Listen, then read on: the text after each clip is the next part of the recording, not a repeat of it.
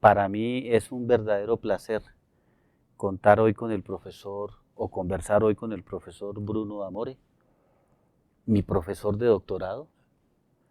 El profesor Bruno Amore es doctor en educación matemática de la Universidad de Nitra y además tiene un doctorado honoris causa de la Universidad de Chipre. En el día de hoy pues quisiera conversar con Bruno acerca de su actividad académica en el doctorado y quisiera preguntarte, Bruno, dado que estuviste desde el nacimiento del programa doctoral y el nacimiento del énfasis en educación matemática, ¿cómo fue esa experiencia por allá en 2007? Que nos comentes un poco tu arribo al país y la actividad académica que has venido desarrollando en el énfasis de educación matemática desde sus inicios. Sí, muchas gracias. Una pregunta muy interesante. Para mí fue una novedad absoluta. No conocía Colombia, no conocía nada de esta tierra. Conocía la historia, pero no conocía la realidad. Y entonces me puse a trabajar con esta Universidad Distrital Francisco José de Caldas, dando ponencias, cursos, charlas, hasta cuando me hablaron de la posibilidad de crear aquí un doctorado. Yo tengo una cierta experiencia en los doctorados de varios países y entonces me gustaba la idea de ver nacer un doctorado, dando consejos, buscando ideas y ver qué se podía realizar. Y el hecho que se hablaba precisamente de una énfasis en educación matemática me gustó mucho, porque hay doctorados en este sentido en el mundo cuyo énfasis no es matemática, es educación en general. Y hay que luchar a veces para tener una tesis específica en educación matemática. Y los amigos, los compañeros que me invitaron a tomar parte de este corpus académico fueron muy amables, me pidieron muchos consejos, muchas ideas y no sé, me parece al final que se logró. El doctorado que tenemos ahora tiene siempre muchas peticiones de ingreso y veo que cuando viajo por Colombia todo el mundo lo conoce, entonces tiene un sentido en sí mismo, una fuerza científica notable, en mi opinión. Bueno, y a propósito de lo que has comentado, por allá en el 2007 emerge o nace el énfasis de educación matemática en este programa doctoral. Imagino yo, Bruno, que dificultades se presentaron, pero que me parece que son más logros, son más avances en ese periodo entre 2007, 2010, porque en el 2007 se recibe la primera cohorte, en el 2010 aparece la segunda cohorte, luego viene 2012, 2014, 2016 y 2018. Quisiera que nos comentaras un poco sobre tu percepción acerca de cómo se vencieron esas dificultades, si hubo dificultades, porque comenzar siempre es difícil, y que también te pronuncies un poco sobre los logros, sobre lo que se ha conseguido en este Sí, con programa. mucho gusto.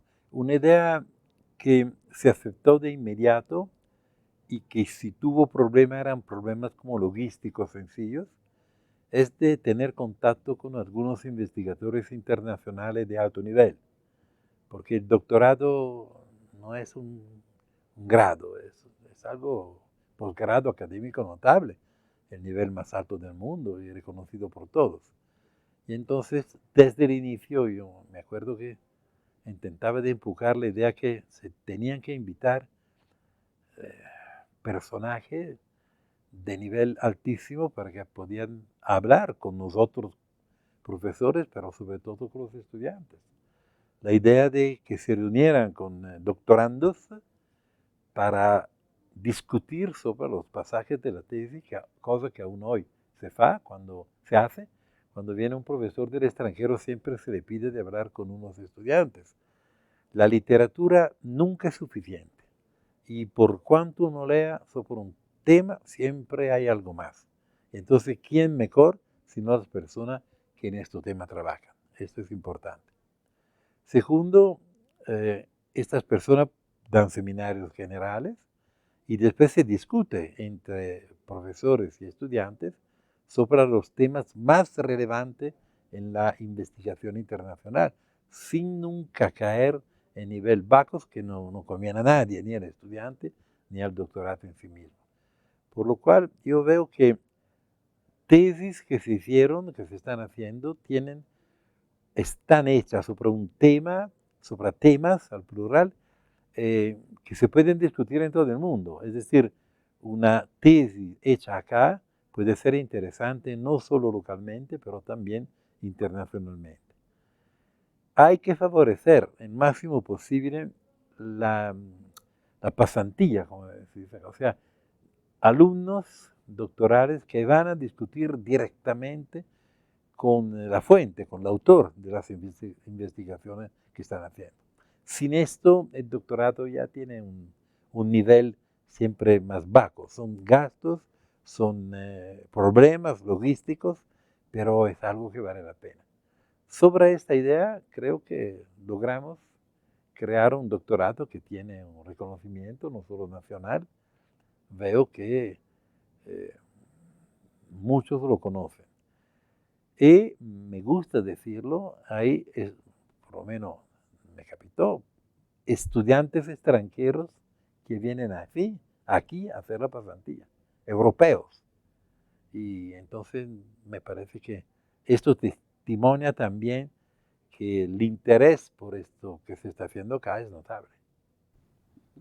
Bueno, ya tocaste un tema que me parece importante y es el tema relacionado con las pasantías, con la interacción académica, con los autores, con los que están produciendo investigación de alto nivel, que están produciendo teoría, los teóricos, y me parece que eso es un plus que tiene este doctorado o que debería tener cualquier programa doctoral, porque un programa doctoral no tiene por qué ser hermético, no tiene por qué ser cerrado, tiene que abrirse a la interacción con los investigadores de alto nivel.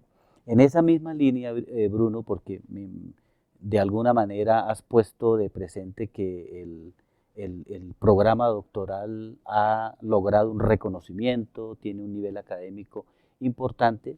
Yo quisiera que nos concentráramos un poco en algo que mencionaste relacionado con las tesis de doctorado.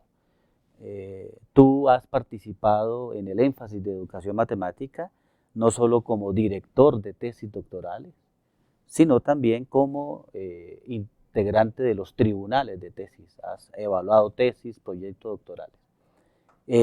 ¿Cómo ves el nivel de esas tesis doctorales, considerando, por supuesto, que tienes el conocimiento, la experiencia de otros programas doctorales en el mundo, en el contexto internacional? ¿Cómo ves ese nivel de la tesis? ¿Cómo ves la investigación que se está produciendo en el énfasis de educación matemática en este programa doctoral? Quisiera que nos comentaras un poco sobre eso. Sí, mencionaste al inicio de la doctorado honoris causa que me dieron en Chipre. Chipre tiene un doctorado antiguo, de grande nivel. Yo con mucha modestia colaboré como profesor, como director, etc. Y es uno de los doctorados que siempre se nombran para decir el nivel alto que tienen ellos. ¿Y cómo lo miden? Lo miden después, es decir, qué tipo de publicaciones, cuántas y a qué nivel hacen los que fueron estudiantes allá en los años. Y esta es una forma de medir muy interesante, muy peligrosa, pero muy interesante. Allá aprendí mucho, es decir, aprendí mucho a confrontarme con los temas. Nosotros tenemos, como en todos los doctorados del mundo, niveles diferentes, pero esto es normal. O sea, lo que es importante, en mi opinión, es que hay tesis de alto nivel en cuanto a temáticas desarrolladas, en cuanto a reconocimiento internacional del trabajo hecho, presentes. Es decir, algunas de estas tesis produjeron después trabajos, fueron citadas como tesis de otros lugares del mundo, y entonces esto significa que estamos en un contexto internacional bueno, y que algunas de estas tesis llevaron el ex estudiante a trabajos de publicación importantes, hechos en lugares diferentes, con idiomas diferentes, temáticas diferentes.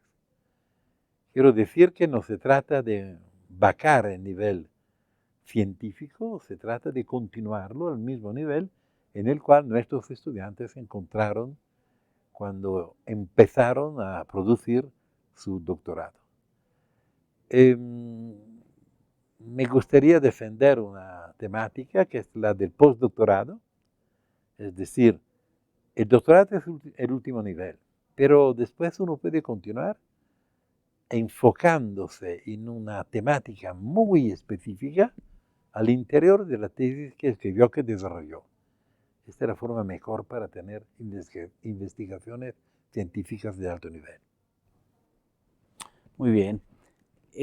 Bueno, y quisiera que ahora pasáramos a hablar de la producción académica de Bruno D'Amore, que sabemos que es abundante, que es infinita, pero más que la producción académica, por supuesto, que nos comentaras sobre tu foco de interés, donde has puesto la atención en la investigación. Sabemos que has trabajado el tema de las representaciones semióticas, que parece que es tu tema predilecto, y desde luego las contribuciones que has hecho desde tu experiencia, desde tu producción académica, desde tu foco de interés, no solamente a este programa doctoral, sino a la comunidad internacional por la producción. Entonces, específicamente que nos comentaras alrededor de tu foco de interés, cuál ha sido tu experiencia, cómo te iniciaste, quién te motiva a investigar sobre las representaciones semióticas, esta aproximación teórica que es fantástica, que ha hecho tantas contribuciones a la educación matemática, tus andanzas con Raymond Duval. Es decir, que nos comentes un poco sobre eso, Bruno. Bueno, hay que decir que yo soy un dinosaurio de la didáctica. Tengo la edad de los dinosaurios. Y entonces me tocó lo que hicimos todos al inicio. Matemáticos, que al inicio mirábamos a la didáctica de la matemática como un bicho raro, increíble. No, ninguno de nosotros la creía. Hasta cuando algo pasó, diferentes por cada uno, y la didáctica nos conquistó. Yo en particular me sentí atraído por ella, escuchando a dos personajes, Ephraim Fishbein, que fue el primero que escuché, Brousseau, del cual sigo siendo un amigo devoto y alumno. Entonces, ¿qué pasó al inicio? Que al inicio nos tocó crear algo que no existía. Brousseau, los otros, Vergniaud, los grandes de estas cosas, crearon paraíso, como decía Hilbert de Cantor. Pero a nosotros nos tocó trabajar duro. Por ejemplo, en Bolonia yo tenía un grado en matemática y me tocó graduarme después, con sacrificios, en pedagogía, en filosofía, tomar una especialización para conocer siempre más, porque en aquel tiempo no había nada, había que crear. Entonces a la pregunta, ¿cuál es tu focus? Yo tengo muchos, porque al inicio estudiaba la teoría de situaciones de Brousseau y después siempre más, aprofundiendo siempre más las temáticas, pasé a otras cosas, por ejemplo, la utilización del lenguaje me dio mucha fama. Sí, semiótica llegó después, porque yo fui responsable en un ICME a Sevilla de una sección que se llamaba La educación del infinito matemático. Y parece que la dieron a mí porque mis trabajos en este campo eran bien conocidos. Y me encontré como ayudante en campo en esto un cierto Raymond Duval, y por supuesto que nació un amor que no puede, y nunca terminamos de trabajar juntos. Ahora, en este mes, salió un artículo de Damore Duval, aún sobre la representación semiótica en geometría, lo digo así para ser más rápido. En semiótica sí trabajé mucho. Hay que decir que el núcleo de Bolonia, del cual sigo siendo responsable científico, nació en el 1984. O sea, realmente, dinosaurios. Y sigue vivo. Tenemos 42 investigadores. Muchos, o casi todos, tienen un PhD en educación matemática. Es muy fuerte. Producimos una cantidad. Tenemos un congreso internacional muy fuerte, cada año en noviembre, invitando el máximo. Entonces, no puedo contestar a la pregunta cuál es mi focus, porque me tocó tener muchos. Seguro me siento muy bien en todo lo que tiene que ver con la semiótica. Me siento muy bien en algo que me está apasionando últimamente, que son las relaciones entre teorías. Porque al inicio estaba solo una teoría nomás. Ahora tenemos 3.575 y todos son interesantes. Y entonces hay que estudiar la relación entre ellas. Y precisamente en este momento, con un grupo de exalumnos, estamos escribiendo un texto sobre esto. Creo que esto es en mi enfoque último actual. Justamente estás mencionando algo que está dando de qué hablar últimamente en educación matemática, es sobre el diálogo entre teorías, ¿sí? La relación entre teorías. Eggleton decía que una teoría es un mecanismo heurístico usado para dar sentido al mundo. Con una teoría nos ponemos unos lentes y vemos los fenómenos del mundo, del aula o de extra aula, ¿sí? Y de hecho Louis Radford habla de teoría como un conjunto de 3 componentes: principios teóricos, metodología y preguntas de investigación. Cuando Radford habla de teoría y pone el primer componente, principios teóricos, los principios teóricos se entienden como asunciones, como hipótesis de las formas de ver el mundo. Entonces, ciertas teorías ven el aprendizaje de una manera, otras teorías lo ven de otra manera. Unas teorías ven el sujeto o conceptualizan el sujeto de una manera y otras aproximaciones teóricas lo teorizan de otra manera. Entonces, Bruno, ¿cómo ha sido la experiencia de poner a dialogar teorías si los principios teóricos podrían ser diametralmente opuestos? ¿Cómo ha sido la experiencia, el trabajo que has adelantado en esta dirección? Bueno, en matemática pasa lo mismo. Cada matemático tiene la visión de la matemática personal y utiliza para demostración lógicas en la cual él cree personalmente. No hay que pensar que la matemática sea tan diferente de la didáctica de la matemática.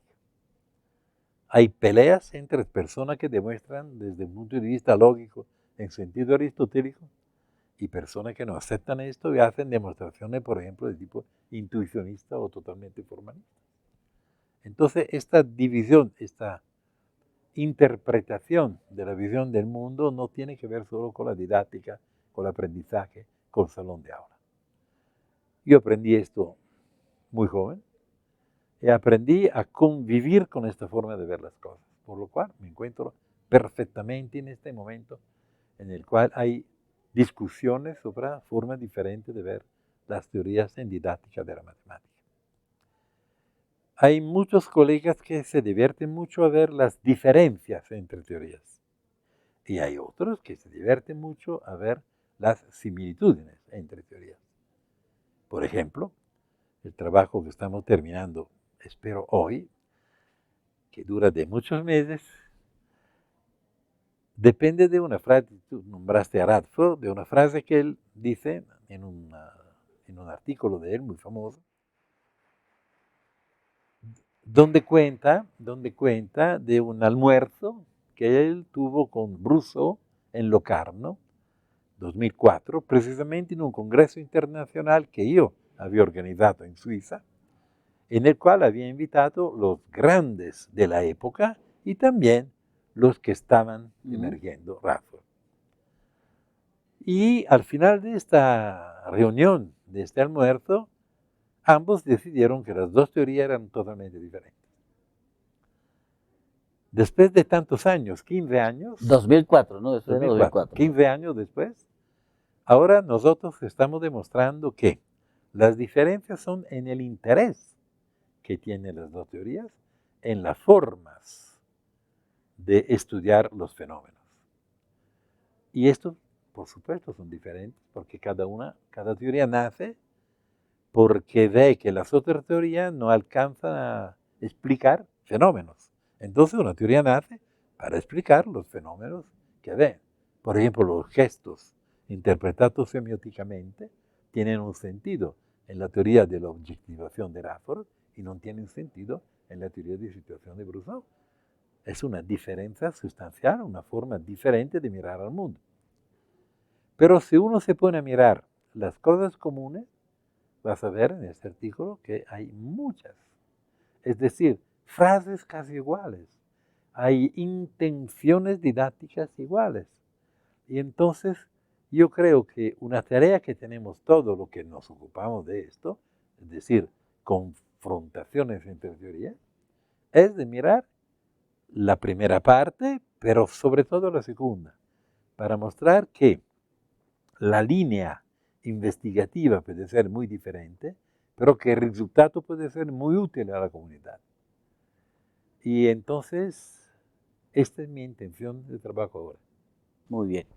Bueno, ya vamos cerrando. Finalmente quisiera hacerte una pregunta, Bruno, porque yo sé particularmente de la sensibilidad que tú experimentas en relación con la formación de maestros. Y también sé de mucha producción académica que tú tienes enfocada a la formación de docentes. Enseñas en un doctorado, diriges tesis de doctorado, conoces a muchos doctorandos, pero también conoces a muchos maestros que no han accedido a sus estudios de doctorado, solamente han hecho sus estudios de maestría o son licenciados.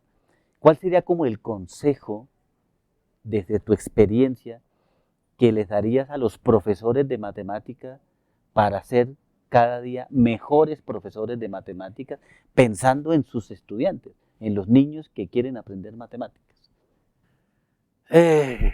Tengo en esto una experiencia casi de 50 años y la sugerencia es de una sencillez increíble. Conocer la disciplina. Parece una tontería, pero no es así. Y amo muchísimo a los profesores, verlos en acción con sus alumnos. Yo nunca enseñé en una escuela, no tengo idea. Pero voy 1000 veces al año en una escuela para ver qué pasa. Y pasa de todo, muy interesante. Y creo que le da seguridad, le da una cierta forma de autoridad al profesor cuando él sabe lo que está enseñando. Porque también veo que a veces está como al límite de su conocimiento y utiliza palabras, frases como obvias, sin mucho sentido matemático, porque no sabe decir más.